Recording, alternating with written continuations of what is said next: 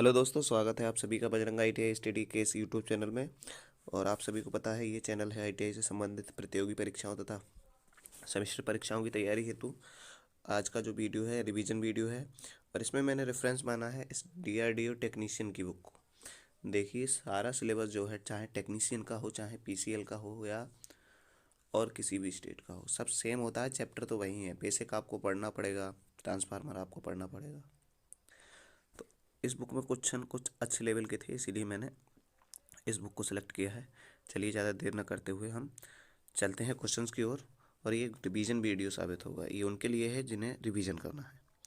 चलिए, आज का पहला प्रश्न है, मानव शरीर से गुजरने वाली धारा का परिणाम यदि निम्नलिखित हो तब आघात की अनुमति नहीं होगी। यदि मानव शरीर से गुजरने वाली करंट का मैग्नीट्यूड इतना हो तब हमें झटके की अनुमति नहीं होती, मतलब झटका महसूस नहीं होता है।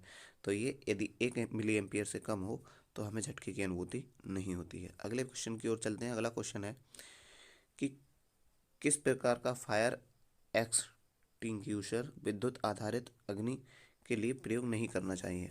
अर्थात किस प्रकार का विद्युत अग्नि संयंत्र विद्युत आधारित अग्नि के लिए प्रयोग नहीं करना चाहिए। अच्छा, अर्थात कि विद्युत में लगी हुई आग, विद्युत के उपकरणों में लगी हुई आग को बुझाने के लिए इनमें से कौन सा ऐसा अग्निशमक यंत्र है जिसको प्रयोग नहीं करना चाहिए।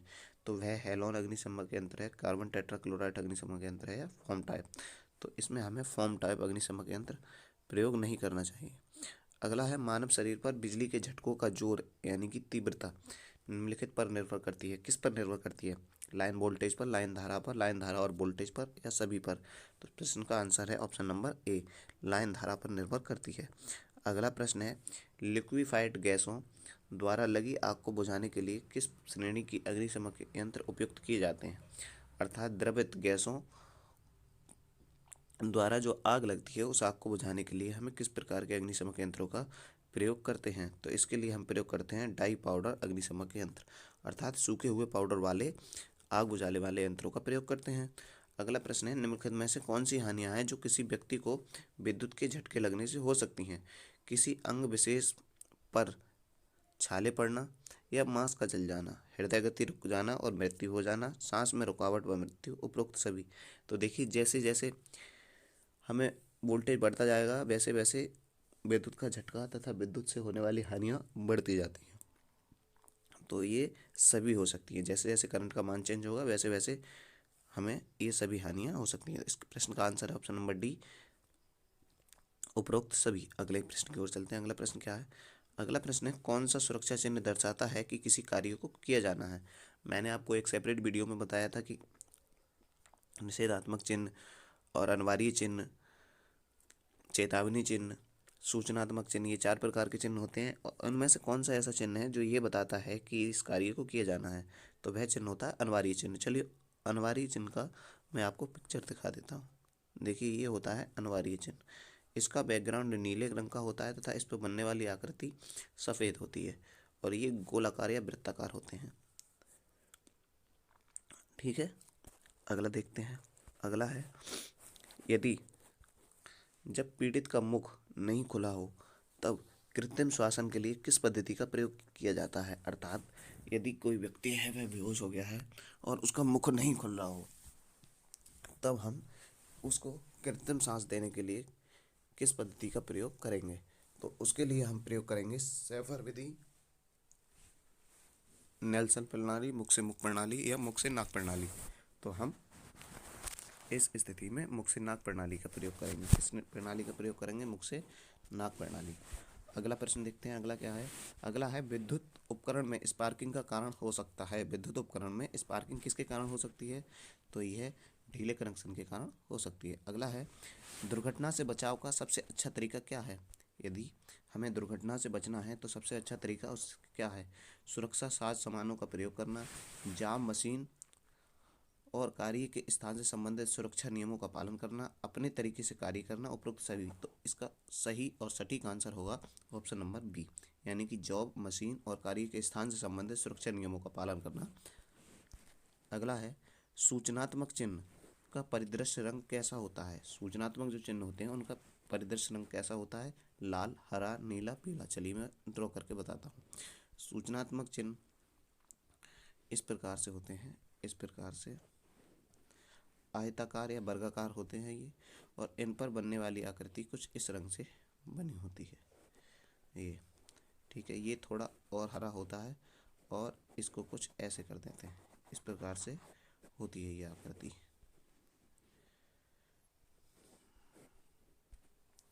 कुछ इस प्रकार से।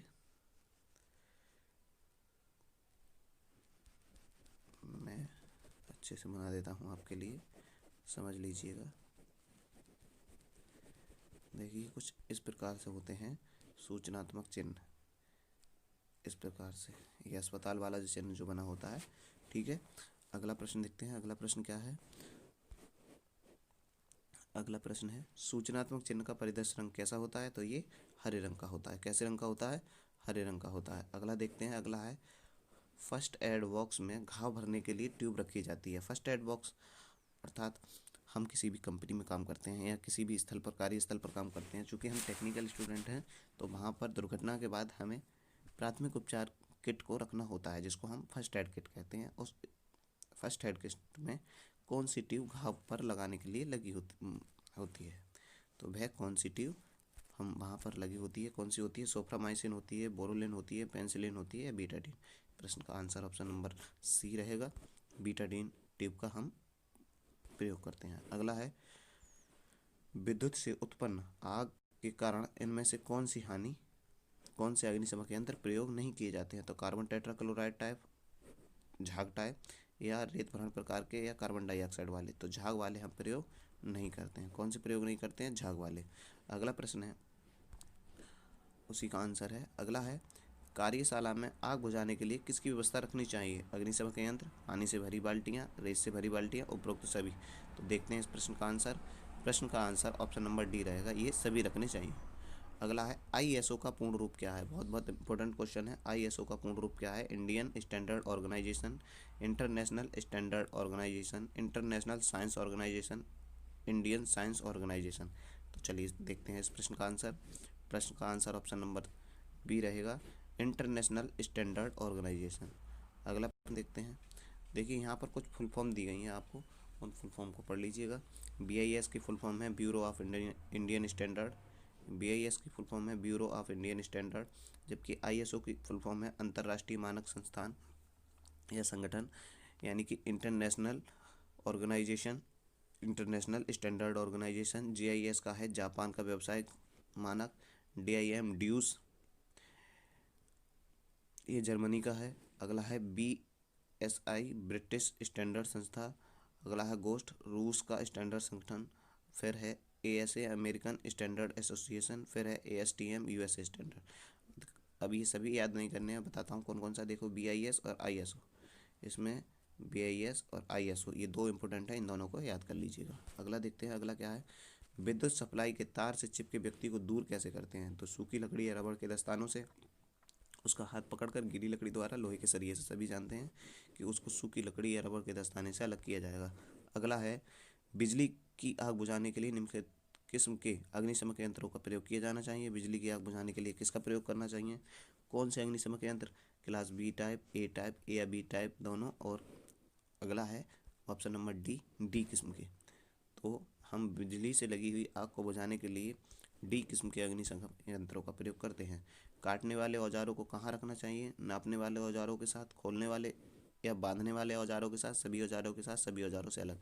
तो इनको हमें सभी औजारों से अलग रखना चाहिए, क्योंकि अगर सभी औजारों को साथ रखेंगे तो बाकी औजारों को उठाते समय हमें चोट या दुर्घटना होने का खतरा बना रहता है। अगला है वर्कशॉप में भारी सामान उठाते समय अधिकतम भार शरीर के किस अंग पर होना चाहिए? तो पीठ पर होना चाहिए, छाती पर, पैरों पर या कंधों पर। तो वर्कशॉप में अधिकतम भार उठाने के लिए जो भार होना चाहिए वह पैरों पर होना चाहिए। कहाँ होना चाहिए? पैरों पर होना चाहिए। कहाँ? पैरों पर। अगला प्रश्न देखते हैं। अगला प्रश्न है प्राथमिक उपचार में प्रयुक्त सामग्री क्या है? टिंचर, आयोडीन, वर्नॉल, डिटॉल और उपरोक्त सभी। तो प्राथमिक उपचार में ये सभी प्रयोग किए हैं। ठीक है, ये सभी प्रयोग किए जाते हैं। आग एक मिश्रण है, किसका मिश्रण है आग? ताप, प्रकाश और ऊष्मा का, ईंधन, ताप और गैस का, ऑक्सीजन, ताप और ईंधन का, लकड़ी, कार्बन डाइऑक्साइड और ताप का। तो आग एक मिश्रण है ताप, प्रकाश और ऊष्मा का। इन तीनों की उपस्थिति में ही आग प्रज्वलित हो सकती है। इनमें से एक भी नहीं रहेगी तो आग प्रज्वलित नहीं होगी। अगला प्रश्न है, ये चिन्ह दर्शाता है। ये चिन्ह किसको दर्शाता है? तो ये आपातकालीन द्वार को दर्शाता है। धूम्रपान निषेध, प्रवेश निषेध, उपरोक्त में से कोई नहीं। वास्तविकता में ये जो चिन्ह है वह कुछ इस प्रकार से बना होता है। मैं बना के बताता हूँ आपको। कुछ इस प्रकार से बना हुआ होगा। ठीक, कुछ इस प्रकार से बना हुआ होगा। देख लीजिएगा, कुछ इस प्रकार से बना हुआ होगा ये चिन्ह।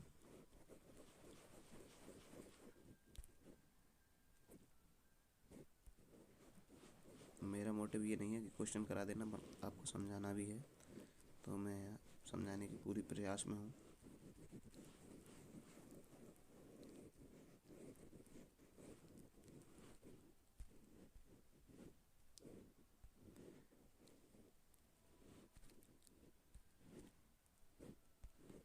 ये चिन्ह कुछ इस प्रकार से बना हुआ होगा।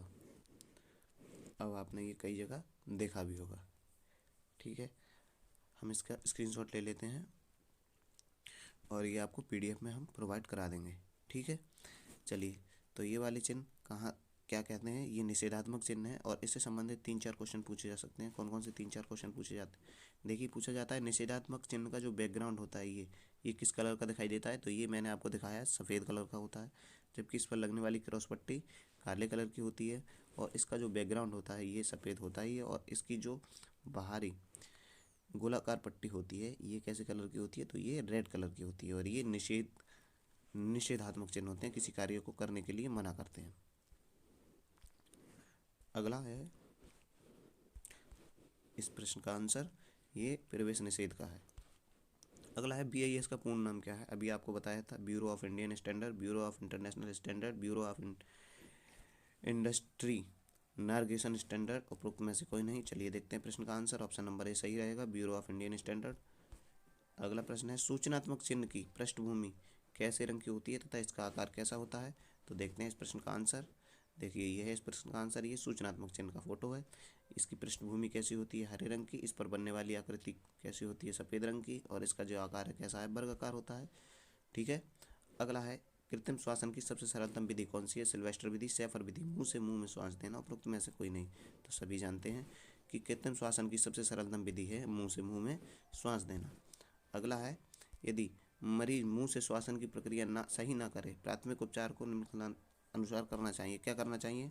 तुरंत चिकित्सा सहायता ढूंढें, टूटी हड्डियों को देखें, शरीर को कंबल में रखें, नाड़ी और नेत्र चक्षु की जांच करें। नाड़ी अर्थात नब्ज और नेत्र चक्षु अर्थात आंखों की। तो हमें सर्वप्रथम क्या करना चाहिए? उसे तुरंत चिकित्सा सहायता ढूंढें। अगला है, सिर की सुरक्षा के लिए उपयोग करते हैं किसका? कठोर टोप का, हेलमेट का, टोपियों का, A और B दोनों का। तो टोपी लगाने से सुरक्षा थोड़ी हो जाएगी। कठोर टोपी और हेलमेट इन दोनों का प्रयोग करते हैं, इसलिए ऑप्शन डी इस प्रश्न का सही आंसर रहेगा। ठीक है, अगले प्रश्न की ओर चलते हैं। अगला प्रश्न क्या है? तो अगला प्रश्न है, पैरों की सुरक्षा के लिए हम प्रयोग करते हैं किसका? हवाई चप्पल, कैनवास शू, लेदर शू, उपरोक्त सभी। तो कैनवास के शू पहनेंगे तो कितनी सुरक्षा रह जाएगी? हवाई चप्पलों का प्रयोग नहीं करते हैं, इसलिए ऑप्शन नंबर सी सही रहेगा, लेदर शू का प्रयोग करते हैं। अगला प्रश्न है, आंखों की सुरक्षा के लिए किसका प्रयोग करते हैं? गॉगल्स, शीशे, फेस शील्ड, उपरोक्त सभी। तो इसके लिए हम उपरोक्त सभी का प्रयोग करते हैं। किनका प्रयोग करते हैं? उपरोक्त सभी। अगला प्रश्न देखते हैं। अगला प्रश्न क्या है? अगला है, शरीर की सुरक्षा के लिए प्रयोग करते हैं। शरीर की सुरक्षा के लिए किसका प्रयोग करते हैं? चोंगा, दस्ताने, एप्रन या उपरोक्त सभी। तो इसके लिए भी हम उपरोक्त सभी का प्रयोग करते हैं। अगला प्रश्न है, क्लास ए टाइप की अग्नि के लिए क्या प्रयोग किया जाता है? गैस एवं द्रवित गैस, ज्वलनशील द्रव एवं द्रवणीय गैस, काष्ठ, कपड़ा और कागज, विद्युतीय उपकरणों में अग्नि एवं धातु अग्नि। देखते हैं इस प्रश्न का आंसर। इस प्रश्न का आंसर है काष्ठ, कपड़ा और कागज। क्लास ए टाइप की अग्नि के लिए कौन सा ईंधन होता है? तो काष्ठ, कपड़ा और कागज। अगला है, क्लास डी की अग्नि के लिए शामकों के प्रकार हैं। जल पूरित शामक, फोम या डाई पाउडर, CO2 वाले, विशिष्ट पाउडर, हेलोन, कार्बन डाइऑक्साइड, शुष्क पाउडर एवं वाष्पित द्रव, CTC। प्रश्न का आंसर ऑप्शन नंबर डी रहेगा। क्लास डी अग्नि के लिए आपको अग्निशमक यंत्रों के जो प्रकार हैं वह हैं हेलोन और सीटीसी टाइप। विद्युत कार्य करते समय सुरक्षा मानकों के रूप में कान से सूचना पट्ट का प्रयोग करना चाहिए। कौन से कान से नहीं है, कौन से है, कौन से। अगला देखते हैं, अत्यधिक खतरनाक सूचना पट्टों का प्रयोग करना चाहिए। तो देखिए अत्यधिक खतरनाक कैसे होते हैं, ये ऐसे होते हैं। आपने देखे होंगे आपके गांव से अगर लाइन जारी होगी, लाइट होगी, तो उस पर कुछ इस प्रकार की ये सूचना पट्टी लगी होती है, तो इस पर डेंजर लगा हुआ होता है। अगला देखते हैं, अगला है निम्नलिखित में से कौन दुर्घटना की रोकथाम में सहायक है? स्वचालित सुरक्षा गार्ड, इंटरलॉक सुरक्षा गार्ड, ट्रिप सुरक्षा गार्ड या उपरोक्त सभी। तो प्रश्न का आंसर ऑप्शन नंबर डी रहेगा, सभी सुरक्षा के लिए महत्वपूर्ण है। अगला है निम्नलिखित में से कौन औद्योगिक खतरे एवं दुर्घटना के कारण बनते हैं? तो कौन सौर व कंपन, खराब लाइट व खराब वायु आवागमन, ऊष्मा अथवा आर्द्रता और उपरोक्त सभी। तो कौन बनते हैं? ऑप्शन नंबर डी इस प्रश्न का सही रहेगा आंसर, ये सभी दुर्घटना का कारण बनते हैं। वीडियो आपको पसंद आ रहा हो तो चैनल को सब्सक्राइब कर दीजिएगा। अब अगला चैप्टर है हस्त औजार। क्या है? Hand tool. हैंड टूल के आपसे क्वेश्चन पूछे जाएंगे, तो चलिए ज़्यादा देर करते हुए हम चलते हैं क्वेश्चंस की ओर। चित्र में दिखाया गया विद्युतीय कार्यों में उपयोगी औजार क्या है? ये कौन सा औजार है? उर्मिल औजार है, कर्तक प्लायर है, सूक्ष्म कर्तक है या निप्पर है? तो इसको हम वायर स्टीपर कहते हैं और इसको हम उर्मिल औजार के नाम से हिंदी में जानते हैं। अगला है उस पदार्थ का नाम बताएं जिसे स्क्रू ड्राइवर का बेल्ट बना होता है। स्क्रू ड्राइवर का जो ब्लेड होता है वह किससे बना होता है? तो कठोर और टेप्ड माइल्ड स्टील से बना होता है, कठोर और टेप्ड सॉफ्ट स्टील से बना होता है, कठोर और टेप्ड कार्बन स्टील से बना होता है या टेम्परेट स्टेनलेस स्टील से बना होता है? तो ये बना होता है कठोर और टेप्ड कार्बन स्टील से। देख लीजिए, स्क्रू ड्राइवर अर्थात पेचकस, लेकिन हम स्क्रू ड्राइवर कहेंगे हमेशा इसे। इसका ये जो ब्लेड होता है वह कौन सी धातु से बना होता है? मैं दोबारा बता देता हूँ आपको। तो ये बना होता है कठोर एवं टेप्ड कार्बन स्टील से। ठीक है, अगला प्रश्न है आपका, किसके अनुसार हथौड़े को वर्गीकरण किया जाता है? हथौड़ा अर्थात हैमर, जिसका वर्गीकरण हम किस आधार पर करते हैं? तो केवल भार के आधार पर, हिल के आकार और हैंडल की लंबाई के आधार पर, केवल भार और हैंडल की लंबाई के आधार पर, केवल ढांचे के आकार और भार के आधार पर। तो प्रश्न का आंसर देखते हैं अगली स्लाइड में कौन सा सही रहेगा। ऑप्शन नंबर डी इस प्रश्न का सही आंसर होगा। लकड़ी के स्क्रू का पिच है। लकड़ी के स्क्रू का पिच कौन सा है? टिप से थ्रेडेड पोजीशन के अंत तक, समीपवर्ती ठेठ के बीच की दूरी, अनथ्रेडेड भाग से हेड भाग तक की दूरी, टिप से हेड तक की दूरी। देखते हैं प्रश्न का आंसर। क्वेश्चन रट लीजिएगा आप सभी, आपके थ्योरी एग्जाम में काफ़ी महत्वपूर्ण साबित होंगे। समीपवर्ती थ्रेड के बीच की दूरी हम पिच के नाम से जानते हैं। कीवेज काटने के लिए किस छेनी का प्रयोग किया जाता है? गोल नोच छेनी, डायमंड ज्वाइंट छेनी, फिलेट छेनी या कैप छेनी? तो इसके लिए हम गोल नोच छेनी का प्रयोग करते हैं। अगला प्रश्न है, हथौड़े का साइज किसके अनुसार नापा जाता है? तो हथौड़े का साइज का पिन की लंबाई के अनुसार नापा जाता है, फेस के व्यास के अनुसार नापा जाता है, हथौड़े के वजन के अनुसार, हेड की ऊंचाई के अनुसार। ऑप्शन नंबर सी इस प्रश्न का सही आंसर होगा। इसको हम हथौड़े के वजन के अनुसार नापते हैं। अगला प्रश्न है, पाइप के अंदर की चूड़ी काटने के लिए किस औजार का प्रयोग करते हैं? तो टैप औजार, ट्यूबनिक कर्तक, पाइप कर्तक या डाई? तो पाइप के अंदर की चूड़ी होती हैं उनके लिए हम टैप औजार का प्रयोग करते हैं। यदि आपने पढ़ाई नहीं की है तो आप इस आंसर पर जाएंगे, जबकि इसका प्रयोग, डाई का प्रयोग हम पाइप के बाहर की चूड़ियाँ काटने के लिए करते हैं। अगला प्रश्न है, इलेक्ट्रीशियन किस प्रकार के पेचकस का प्रयोग करते हैं? भारी कार्य पेचकस, हल्के कार्य पेचकस, तार यानी तारे अग्र शीर्ष पेचकस, सेट लचीला पेचकस। देखते हैं प्रश्न का आंसर। प्रश्न का आंसर ऑप्शन नंबर बी सही रहेगा, हल्के कार्य पेचकस का प्रयोग किया जाता है। अगला प्रश्न है, सुपर एनेमल तारों का गेज किसके द्वारा नापा जाता है? तो ये तार गेज, वायर गेज के द्वारा नापा जाता है। अगला है, इंसुलेटेड कॉम्बिनेशन प्लायर के लिए सावधानी रखेंगे क्योंकि उसे हथौड़े के रूप में प्रयोग नहीं करना है, ऊंचे स्थान पर से नीचे नहीं फेंकना है, चलते समय समय पर तेल लगाएं। हाँ, ये सभी कार्य हम प्लायर के साथ करेंगे। अगला प्रश्न है, इंसुलेटेड कॉम्बिनेशन प्लायर के लिए सावधानी रखेंगे कि उसे, हाँ, तो हम ये सभी कार्य उसके साथ करेंगे। अगला है, तारों से इंसुलेशन को सामान्यतः किसके द्वारा हटाया जाता है? स्पॉट फाइल के द्वारा, तार स्टीपर के द्वारा, पाइप रेंच के द्वारा या स्क्राइबर के द्वारा? तो ये आकृति मैंने उस उपयंत्र की बनाई है जिससे हम तारों का इंसुलेशन हटाते हैं। इसको हम वायर स्टीपर कहते हैं। क्या कहते हैं? वायर स्टीपर, तार स्टीपर। अगला है, फेज टेस्टर को प्रयोग में लेते समय क्या सावधानी बरतनी चाहिए? 250 वोल्ट से अधिक रेंज पारस में इसे काम नहीं कराना चाहिए। इंसुलेशन चेक करें, चेक करते समय धातु की क्लिप पर उंगली रखें व अर्थ के संपर्क में रहेंगे। तो या उपरोक्त सभी। तो इस प्रश्न का आंसर ऑप्शन नंबर डी रहेगा, उपरोक्त सभी। अगला है, अगर टेनन सॉ के दांते घिस जाएं, देखिए ये आकृति है टेनन सॉ की, इसके दांते घिस जाएं तब, यदि इसके दांते घिस जाएं तो उन्हें तेज करने के लिए हमें क्या करना चाहिए? उसे त्रिभुजाकार फाइल से घिसना चाहिए, टेपर किया जाना चाहिए, दांतों को गर्म किया जाना चाहिए, या जमीन पर रखकर घिसना चाहिए। तो हमें क्या करना चाहिए? उसे त्रिभुजाकार फाइल से घिसना चाहिए इसके दांतों को। अगला है, ड्रिलिंग, कटिंग आदि संक्रियाओं में शीतलक का प्रयोग किया जाता है केवल जॉब को ठंडा करने के लिए, केवल कटिंग टूल को ठंडा करने के लिए, चिप्स को ठंडा करने के लिए, कटिंग टूल तथा जॉब दोनों को ठंडा करने के लिए। तो देखते हैं प्रश्न का आंसर। प्रश्न का आंसर ऑप्शन नंबर डी रहेगा, कटिंग टूल तथा जॉब दोनों को ठंडा करने के लिए। अगला है, किसी छिद्र में चूड़ियाँ काटने के लिए टैप को दक्षिणावर्त दिशा में घुमाने के बाद आधा चक्कर वामावर्त दिशा में घुमाते हैं, जिससे कि धातु के चिप्स टूट जाएं, चूड़ियाँ काटते समय विश्राम किया जाए अर्थात आराम किया जाए, सही चूड़ियाँ काटी जा सके। टेप का केवल दक्षिणी दिशा में ही घुमाना चाहिए। प्रश्न का आंसर ऑप्शन नंबर रहेगा, धातु के चिप्स टूट जाए, इस कारण हम उसको कभी दक्षिणावर्त दिशा में और फिर वामावर्त दिशा में घुमाते हैं। अगला है, हेक्सा ब्लेड की लंबाई मापी जाती है एक सिरे से दूसरे सिरे की दूरी तक, दोनों पेन होल्स से केंद्रों के बीच की दूरी तक, आई के आकार के आधार पर, हैंडल की लंबाई के आधार पर। तो ये है आपका हेक्सा, ये है आपका हेक्सा, और इसकी ब्लेड की जो लंबाई मापी जाती है तो ये दोनों होल्स के, पेन होल्स के बीच की दूरी मापी जाती है, ये वाली। ठीक, तो प्रश्न का आंसर देखते हैं। प्रश्न का आंसर कौन सा रहेगा? दोनों पेन होल्स के बीच की दूरी। फाइल की लंबाई मापी जाती है पॉइंट से टैग तक, पॉइंट से हिल तक, पॉइंट से हिल तक, और रा हिल से अग्र हिल तक। तो इस प्रश्न का आंसर रहेगा ऑप्शन नंबर सी, पॉइंट से हिल तक। चीजल निर्माण में प्रयुक्त धातु, चीजल निर्माण में प्रयुक्त धातु कौन सी होती है? तो जैसा कि आपको आंसर में दिख रहा है, हाई कार्बन स्टील। देखिए ये है रेती, और इसमें इसकी जो लंबाई नापी जाती है पॉइंट इसके इस अग्रभाग से और हिल इस भाग तक मापी जाती है, इसको लंबाई में मापा नहीं जाता है। ठीक, अगला प्रश्न है, गुनिया के कई प्रकार हैं, गुनिया में कौन सा काम नहीं किया जा सकता है? गुनिया से कौन सा काम नहीं किया जा सकता है? कार्यखंड की स्पष्टता की, समान रत्ता की जांच, रेतित पृष्ठ की वर्गता की जांच, पृष्ठ की स्पष्टता की जांच, कार्यखंड के सिरे के 90 अंश पर रेखाएं अंकित करना। तो इससे हम पृष्ठ की स्पष्टता की जांच नहीं कर सकते। अगला है, 2 पिन सॉकेट और 1 पिन सॉकेट का प्रयोग तब किया जाता है जब एसेसरी 2 कोर वाले केबल से जोड़ा जाता है, भू संपर्कन इलेक्ट्रोड से जोड़ा जाता है, एकल इंसुलेटेड हो, दोहरी इंसुलेटेड हो।